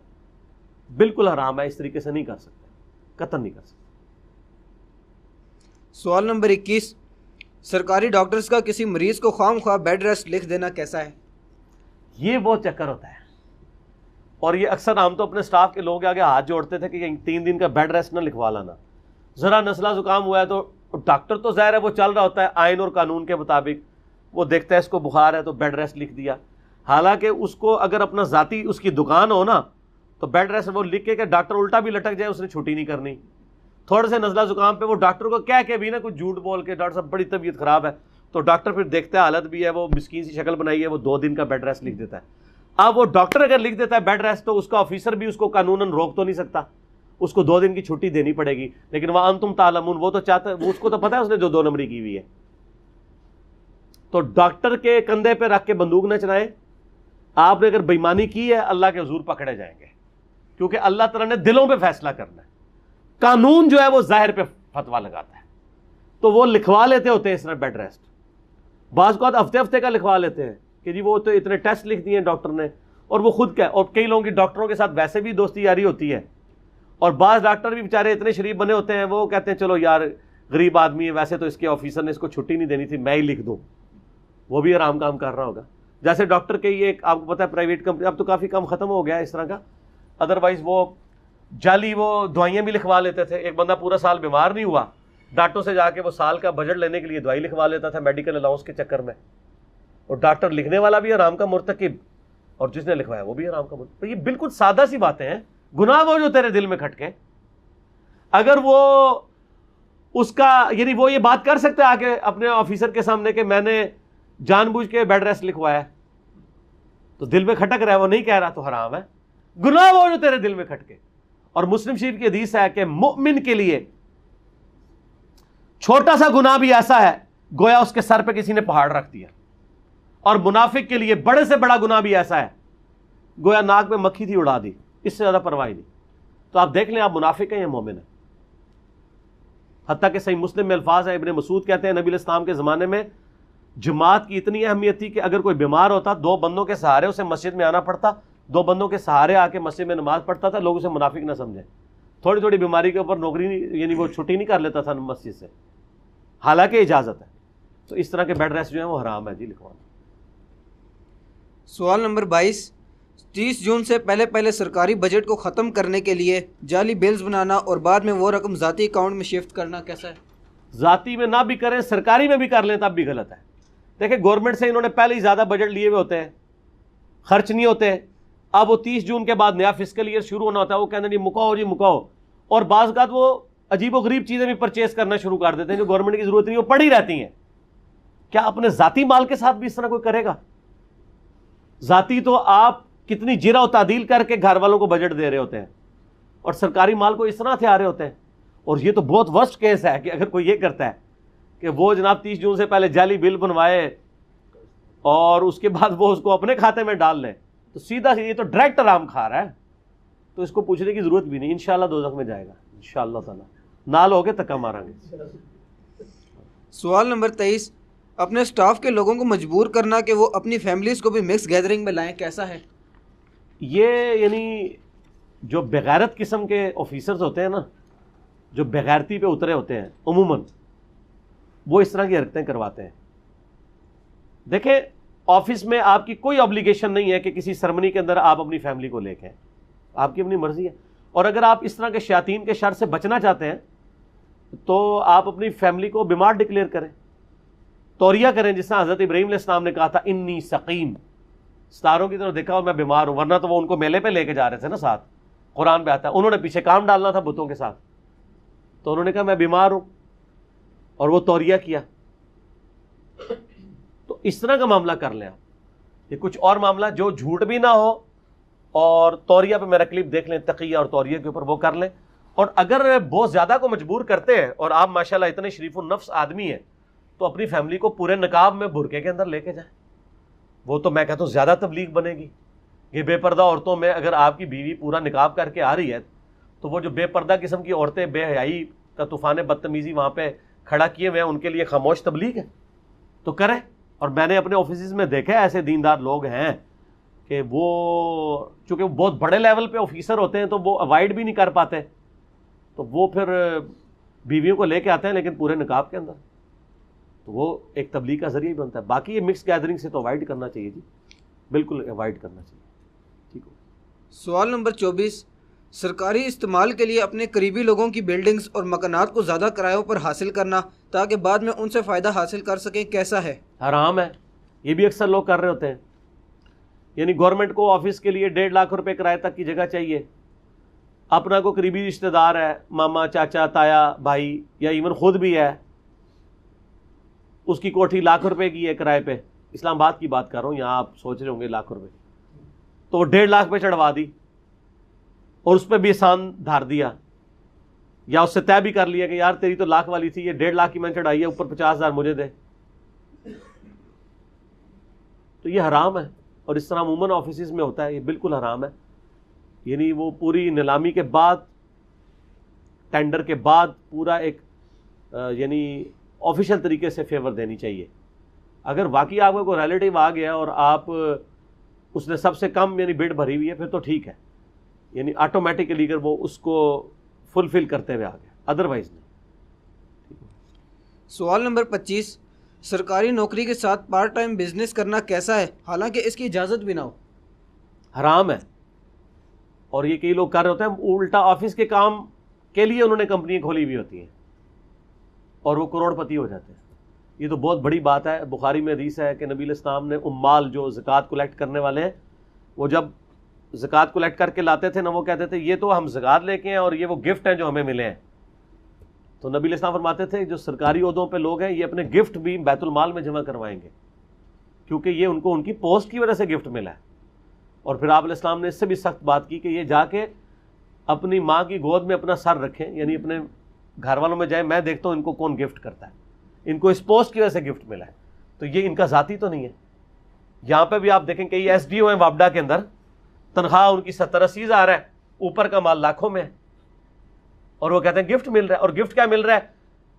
کمپنی آنرز ان کو مہینے کا 30,000 40,000 دے رہے ہیں, اور 10 کمپنی اگر 40-40 ہزار روپے دے رہی ہوں تو 4 لاکھ بن گیا نا. اور وہ ان کو کہتے ہیں بس آپ نے یہ کرنا ہے کہ ہمارا ٹرانسفارمر جیسے ہی اڑے ٹائم پہ لگا دینا ہے. وہ غیر قانونی کام بھی نہیں, جو ان کا حق ہے, لیکن اس میں غیر قانونی یہ ہوگی کہ کسی محلے کا اڑا ہوا ہے وہ اڑا رہے, کمپنی کا فون لگائیں گے کیونکہ وہ مہینے کا لے رہے ہیں, اور وہ حرام کے پیسے ان کی جیب میں جا رہے ہوتے ہیں. اس طرح سے کئی لوگوں نے نوکری بھی چھوڑ دی ہیں, دور دراز ٹرانسفر کروا لی ہے, لیکن آخرت بچا لی ہے. تو یہ بڑی احتیاط کرنی چاہیے اس موقع میں. ٹھیک ہوگا. سوال نمبر 26, سرکاری انفارمیشنز کو کسی سے شیئر کرنا تاکہ کچھ نفع حاصل کیا جا سکے کیسا ہے؟ بے ایمانی ہے جی, سیکرٹ کو لیک کرنا, اور اس کے اوپر تو ڈیتھ پینلٹی ہے اگر آپ نے عوامی سطح پہ یا کسی غیر ملک کو کوئی راز بیچ دیا. ملک کے اندر بھی, یعنی ہمارے اٹامک انرجی کے اداروں میں بھی آپ دیکھیں, باقی ادارے جو سیکرٹ کام کر رہے ہوتے ہیں ان میں آپ آپس میں چیزیں شیئر نہیں کر سکتے, ادروائز تو پھر اس طرح سیکیورٹی لیک ہو جاتی ہے. تو اس طرح وہ ذاتی تعلقات بنانے کے لیے سیکیورٹی لیک کرنا حرام ہے. ہم لوگوں کو تو میڈیا پہ بھی آنے کی اجازت نہیں ہے, نہ آفس کی کوئی چیز ڈسکس کرنے کی اجازت ہے. یہ بالکل غلط ہے. ویسے کوئی ایک سوشل میڈیا پہ آتا ہے وہ علیحدہ معاملہ ہے, آفس کی کوئی چیز ڈسکس نہیں آپ کر سکتے کہ آپ کی رسپانسبلٹی کیا ہے, ملک و قوم کی کیا اس وقت سچویشن چل رہی ہے. آپ مجھ سے علیحدگی میں بھی پوچھ لیں, میں آپ کو کچھ بھی نہیں بتاؤں گا. غلط ہے یہ تو. بلکہ آپ کو پتہ ہے پچھلے دنوں فوج کے اندر بھی ایک جنرل کو سزائے موت ہوئی ہے, ایک بریگیڈیئر کو, اور ایک ہمارے آفس کے, وہ میرے سینئر تھے, ڈاکٹر وسیم اکرم, میں نے ان سے ایک آدھ کورس بھی کیا ہوا ہے. یعنی وہ دیکھنے میں تو شریف النفس آدمی لگتا تھا, لیکن وہ تیل دے کے گیا. کتنے راز اس نے لیک کیے. یعنی یہ وہ تو چیز ہے جو میڈیا کے اندر آ گئی ہے. کیا کچھ لیک کیا وہ تو ظاہر اب کانفیڈینشیل ہے. تو آپ کو پتہ ہے وہ فوجی عدالتوں میں اس کو سزائے موت ہو گئی ہے. کتنا نفع اس نے اٹھا لیا. آج اس کے مرنے کے بعد اس کی اولاد بیوی کسی کو منہ دکھا سکتے ہیں کہ غدار وطن کا بچہ ہے. پڑھا لکھا بندہ, پی ایچ ڈی کی ہوئی, اتنا لائق آدمی, امریکہ سے پڑھا ہوا ہے, اور وہ غداری کرتا رہا, پکڑا گیا تو سزائے موت ہوگی اس کو. تو اس لیے جو اس طرح کے سینسٹیو اداروں میں لوگ جاب کرتے ہیں, وہ اگر ان کو سیدھا سیدھا قرآن پاک پہ حلف دیا جاتا ہے, اس کے بعد ان کو بتایا جاتا ہے کہ اگر آپ نے راز اس طرح کو لیک کیا تو آپ کو سزائے موت ہوگی سیدھی سیدھی. ظاہر ہے کہ آپ اتنے کروڑوں لوگوں کے ساتھ خیانت کر رہے ہیں, ان کی لائف سٹیک کے اوپر لگا رہے ہیں, ملک کے ساتھ جو دشمنی کر رہے ہیں. تو اس طرح آپس میں بھی راز نہیں لیک کرنا چاہیے, کیونکہ اس کی وجہ یہ کہ ہو سکتا ہے آپ جس کو راز بتا رہے ہیں, آپ تو اس کو راز بتا رہے ہیں اور آگے وہ کسی غیر ملک کو بتا رہا ہو. تو اس میں بڑی احتیاط کی ضرورت ہے. بالکل نہیں لیک کرنا چاہیے, حرام ہے. سوال نمبر 27, اپنے باس کو خوش کرنے کی خاطر مذہب کو پریکٹس کرنا یا نہ کرنا کیسا ہے؟ اس میں مجھے یاد آیا, وہ ہمارے ایک, یعنی میں جہاں رہتا تھا G10-4 میں, وہاں ایک سینئر آفیسر تھے ایک سرکاری ادارے سے, وہ 22ویں گریڈ میں ریٹائر ہوئے تھے, بیوروکریٹ تھے. وہ مجھے بتانے لگے کہ ضیاء الحق کا واقعہ سنانے لگے. وہ آپ پتہ بڑا پکا نمازی تھا. وہ کہتے ہیں میں اس وقت 17 گریڈ میں تھا, تو نیا آفیسر تھا, تو میری ڈیوٹی یہ لگائی گئی تھی کہ جب وہ آئیں گے لیاقت باغ کے پاس, انہوں نے کہیں آنا تھا, تو میں نے ان کے وضو کے لیے پانی ارینج کرنا تھا. عصر کی نماز انہوں نے وہاں پڑھنی تھی, اس کے بعد جو کچھ ان کا تھا میٹنگ وغیرہ. تو کہتے ہیں وہ جب آئے تو میں نے ان کو کہا سر میں نے آپ کے لیے وہ پانی ریڈی کیا ہوا ہے, سردیاں تھیں, گرم پانی. تو ان کا بیٹا مجھے پتا تھا کہ نماز کا ٹائم ہے, میں گھر سے وضو کر کے آیا ہوا تھا. تو کہتے ہیں کہ میں نے اپنی آنکھوں سے دیکھا ہے وہ لوگ جنہوں نے کبھی جمعے کی نماز میں پڑھی تھی, بغیر وضو کے وہ نماز اثر میں شامل ہو گئے ان کے ساتھ, جنرل صاحب کی وجہ سے. آپ کو میں اپنے آفس کا واقعہ بتاتا ہوں. ایک ہمارے جو پہلے چیئرمین تھے ڈاکٹر سمر مبارک مان صاحب, بڑا اچھا ان کے ساتھ ایک تعلق رہا, اور آپ پچھلے چیف جسٹس نے جس طرح ان کو ذلیل کیا اور بعد میں سب کچھ غلط نکلا, معافی بھی نہیں مانگی, تو ان کو ذلیل کرنے کی خبریں تو آئیں میڈیا پہ, لیکن یہ خبر نہیں آئی ہے کہ وہ سب کچھ فیک نکلا. ان کی جو عزت اچھالنی تھی اچھال دی. وہ نمازی بڑے پکے تھے. فجر میں میں نے ان کو دیکھا ہے کہ فجر میں بھی وہ پہلی صف میں نماز پڑھ رہے ہوتے تھے سائٹ ایریا میں. گرمیوں میں بھی جب فجر کی نماز 4 بجے ہو رہی ہو, جماعت میں نے ان کی تکبیر اولیٰ کبھی چھوٹتے ہوئے نہیں دیکھی. اب تو ریٹائر ہوئے, ہمارے آفس سے گئے بھی ان کو 10-12 سال سے بھی زیادہ ہو چکے ہیں. تو وہ جب کبھی سائٹ وزٹ پہ آتے تھے نا, تو جب نماز کا ٹائم ہوا نا, تو وہ میٹنگ کے دوران نماز کا ٹائم ہو گیا, 1:30 بجے جماعت ہے, 1:15 انہوں نے کہا اٹھو منڈے نماز پڑھو سارے. تو کئی لوگ جو جمعے کی نماز کے لیے بھی نہیں اٹھتے تھے نا, تو وہ بھی اٹھ کے نماز کے لیے چلے جاتے تھے, کچھ وضو کے, کچھ بغیر وضو کے. اچھا, بعض بندے تھے جو یعنی ایک ہمارے تھے آفیسر, وہ فوت ہو چکے, اللہ تعالیٰ ان کی مغفرت کرے, تو وہ اس وقت بھی نماز کے لیے اٹھتے تھے. کہتے تھے تسی جا کے ڈاکٹر صاحب دی نماز پڑھو, اسی اللہ دی پڑھنی ہے, لیکن اللہ دی بھی نہیں سنو پڑھتے. ٹھیک ہے, ایک لادا گل ہے.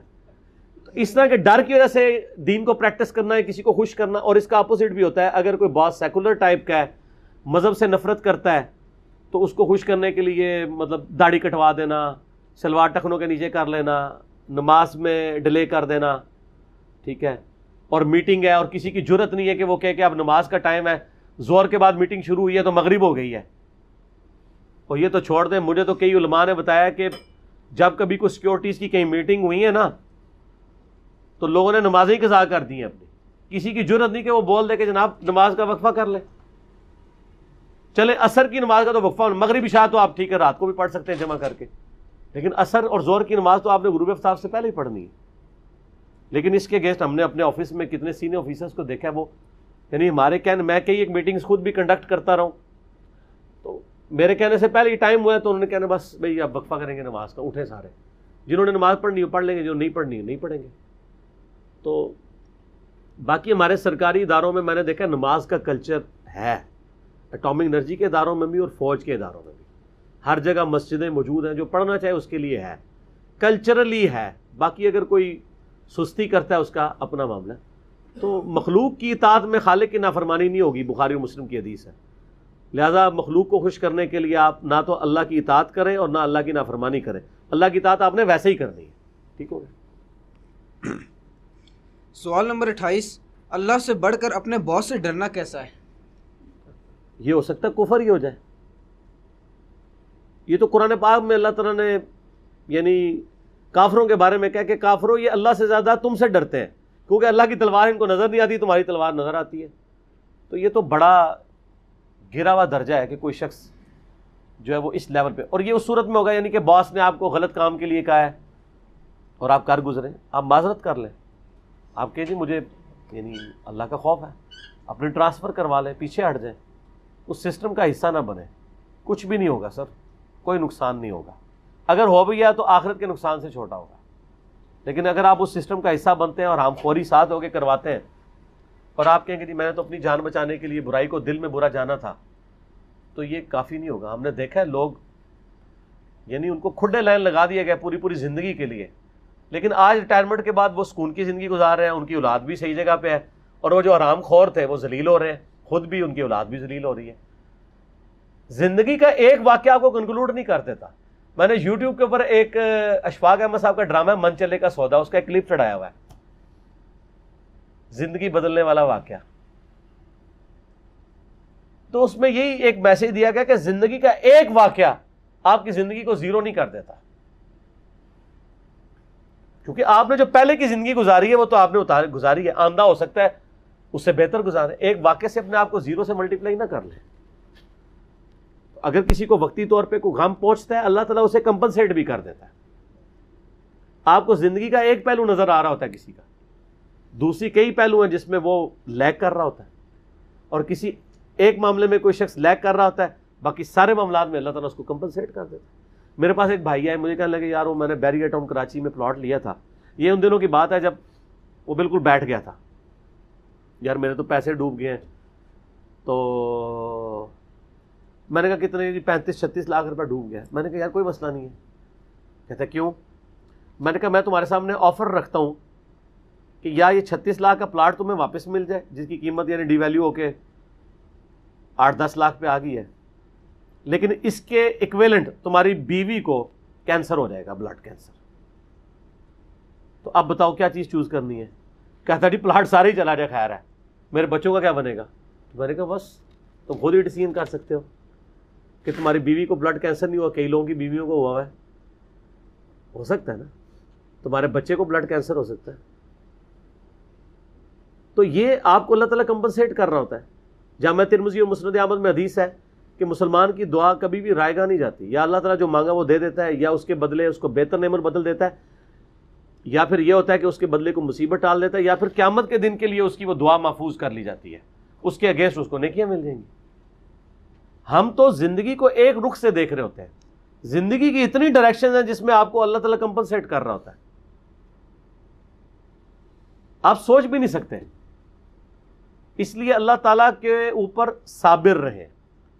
اگر اللہ تعالیٰ نے کہیں آپ کو آزمایا ہے، تکلیف ڈالی ہے، تو آپ جس طرح صحیح مسلم میں حدیث ہے، اپنے سے نچلے لوگوں کو دیکھو، یوں اللہ کی نعمتوں پہ صبر نصیب ہوگا. آپ اوپر کیوں دیکھتے ہیں؟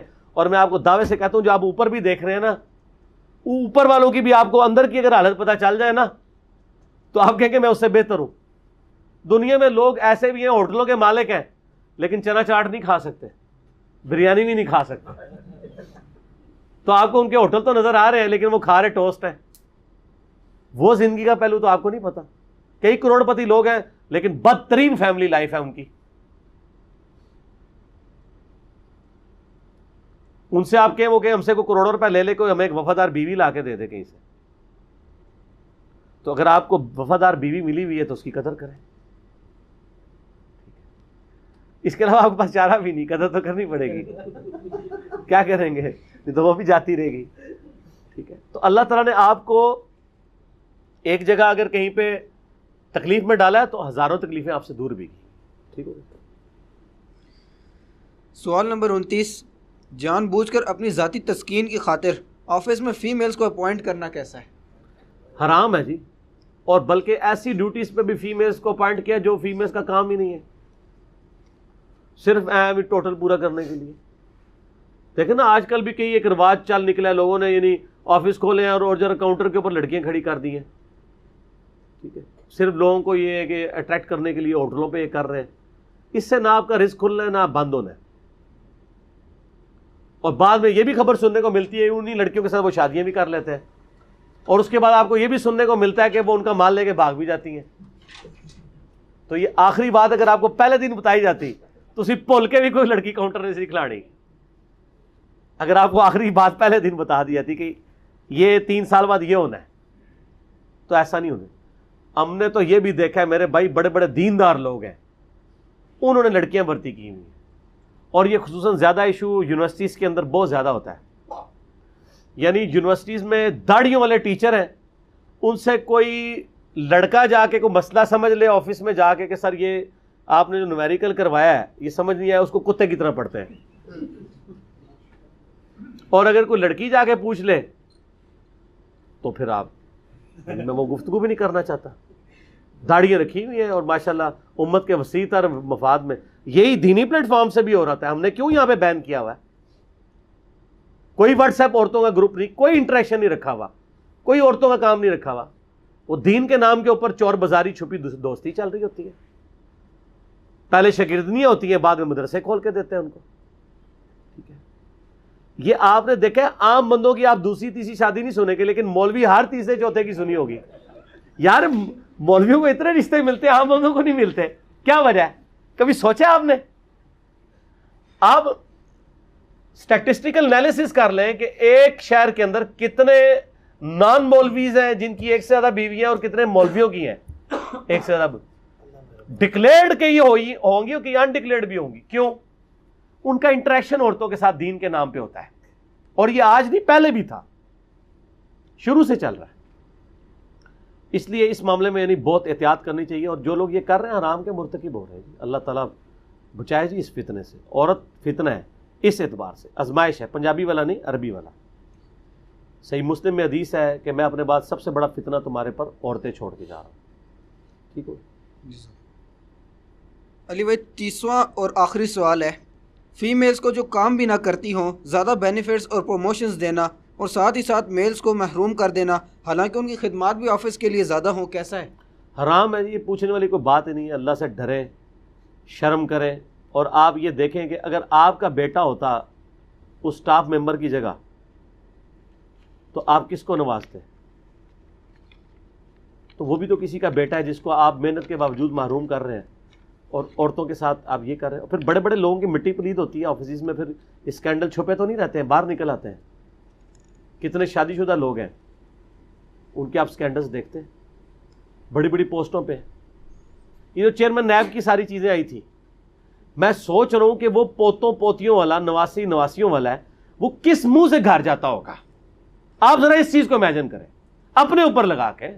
یہاں جتنے شادی شدہ لوگ بیٹھے ہوئے ہیں اپنے بارے میں سوچیں کہ آپ کے بارے میں ویڈیو چڑھ جائے اور آپ کو پتہ نہیں ہوگا ان کی کتنی گت بنتی ہوگی گھر جا کے، ان کی بیویاں ان کے ساتھ کیا کرتی ہوں گی، اور ان کی اولاد ان کے منہ پہ تو کرتی ہوگی. اب بہت بڑی پوسٹ پہ کو بیٹھا ہے، کتے کی مول نہیں اس کے گھر میں، تو اس کی زندگی تو عذاب ہے نا. اور میں اسی لیے آپ کو بتاؤں مزے کی بات، کتنے سینئر آفیسر ہیں وہ آتے ہیں صبح 9 بجے، رات کو 11 بجے گھر جاتے ہیں. لوگ کہتے ہیں بڑا کام، وہ کام نہیں کرتے، گھر کتے کی مل نہیں ہوتی ان کی. وہ کہتے ہیں جو سکون کا وقت ہے وہ دفتر میں گزار لیں. میں آپ کو ریئلٹی بتا رہا ہوں. ورنہ ایک بندہ جس کے بیوی بچے ہوں، فیملی ہو، اس کا دل کرتا ہے کہ وہ مطلب آفس میں خام خواہ بیٹھا رہے، آفس کو بھی تیل دیتا رہے، اے سی چلتا رہے، آفس کا بجٹ یوز کرتا رہے. ہم تو گن کے ٹائم گزارتے ہیں، پورا ٹائم وہ واپس ہے 8، اور جس نے 8 گھنٹے میں کام نہیں کیا اس نے اگلے 4 گھنٹے میں بھی کوئی نہیں کرنا. 8 گھنٹے صحیح طریقے سے اگر یوٹیلائز کر رہے ہیں، اور اس 8 گھنٹے میں فون پہ گپے مار رہا ہے، ٹی وی چینلز چینج کر کے دیکھ رہا ہے، اور یوٹیوب چلا رہا ہے، اور واٹس ایپ چلا رہا ہے، اور زور کے بعد جو ہے وہ بیٹھ کے ڈاک دیکھنی شروع کرتا ہے، تو پھر ظاہر ہے وہ رات کو 12 بجے فارغ ہوگا. تو وہ گھر سے بھی فارغ لوگ ہوتے ہیں، اس لیے دفتر میں فارغ ہیں، اور عذاب ڈالا ہوتا ہے سب آرڈینیٹس کو. ان کو بھی بیچاروں کو، ان کی تو بیوی بچے ہیں، ان کو بھی دفتر میں بٹھایا ہوتا ہے ساتھ. کیونکہ یہ بھی ہوتا ہے نا، سینئر آفیسر جب تک بیٹھا ہے اس کے سب آرڈینیٹ بھی اس کی جی حضوری کے لیے بیٹھے رہتے ہیں، ظاہر انکار بھی نہیں کر سکتے، کیونکہ وہ تو آئینی طور پہ تو وہ پابند ہے اس کے کہ وہ کسی وقت بھی کام کی ضرورت پڑ سکتی ہے. لیکن ان کو تو شرم و حیا کرنی چاہیے کہ وہ یہ کیا کر رہے ہیں. جس نے پہلے کچھ کیا اللہ سے توبہ کرے، اللہ کی طرف رجوع لائے. یہ سوال ایک سینئر سرکاری آفیسر کے تھے جو ایک بہت رسپیکٹیبل ادارے میں جاب کرتے تھے. جب وہ ریٹائر ہوئے، انہوں نے ارادہ کیا کہ میں نے جو کچھ آبزرو کیا ہے اس سلسلے میں لوگوں کو ہائی لائٹ کروں. تو میں نے ان کے سوالات کو مینیجبل فارم میں انٹرٹین کیا تاکہ باقی سرکاری آفیسرز کے لیے اس میں عبرت ہو. اللہ تعالیٰ سے دعا ہے جو حق بات میں نے کہی اللہ تعالیٰ ہمارے دلوں میں راسخ فرمائے. اگر جذبات میں میرے منہ سے کوئی غلط بات نکل گئی اللہ تعالیٰ ہمارے دلوں سے معاف کر دے. ہمیں کتاب و سنت کی تعلیمات پر عمل کر کے دوسرے بھائیوں تک پہنچانے کی توفیق عطا فرمائے. سبحانک اللہم و بحمدک، اشہد ان لا الہ الا انت، استغفرک و اتوب الیک، وما علینا الا البلاغ المبین. جزاکم اللہ خیرا.